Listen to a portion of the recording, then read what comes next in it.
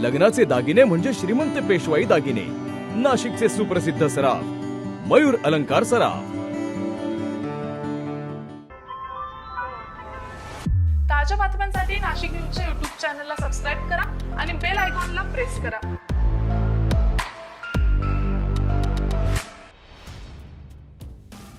OBC नेते छगन भुजबळ यांना राष्ट्रवादीकडून राज्यसभेवर पाठवण्याची तयारी सुरू झालेली असली तरी यापूर्वी प्रफुल्ल पटेल यांनी नाकारलेले केंद्रीय राज्यमंत्रीपद स्वीकारण्यास भुजबळ यांनी देखील नकार दिल्याचं वृत्त आहे। राज्यसभेवर पाठवायचं असेल तर सन्मानानं कॅबिनेट मंत्रीपद देण्याचा मुद्दा पुढे आलेला असून अशा परिस्थितीमध्ये मध्यम मार्ग काढण्यासाठी भाजप फ्रंट फूटवर आलेला आहे।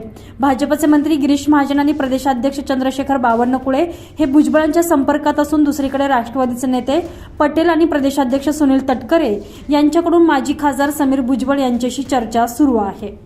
गेल्या काही दिवसातील घडामोडी बघता भुजबळ आणि अजित पवार एकत्र येण्याची शक्यता आता धुसर होत चालली आहे।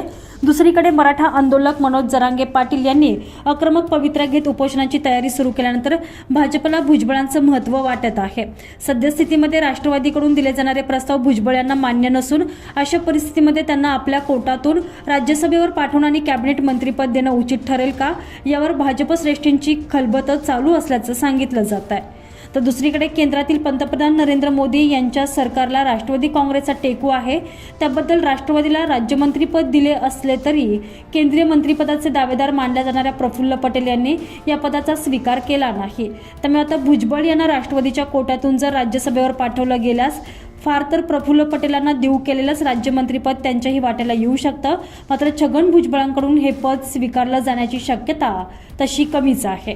बुधवारी नाशिकमध्ये समता परिषदेच्या राज्यस्तरीय बैठकीदरम्यान आक्रमक पवित्रा घेणाऱ्या भुजबळांनी गुरुवारी आणि शुक्रवारी या 2 दिवशी संयमाची भूमिका घेतली। अधिवेशन चालू असल्यामुळे त्यांच्या समर्थकांनी देखील वेट अँड वॉच करणंच पसंत केलंय। दरम्यान शुक्रवारी काल दुपारी भुजबळ हे मुंबईला रवाना झाले। आज शनिवारी अधिवेशन संपल्यानंतर भाजप आणि राष्ट्रवादीचे नेते मुंबईमध्ये दाखल होणार असून त्यानंतर रविवारी ही कोंडी फुटण्याची शक्यता वर्तवली जातीये।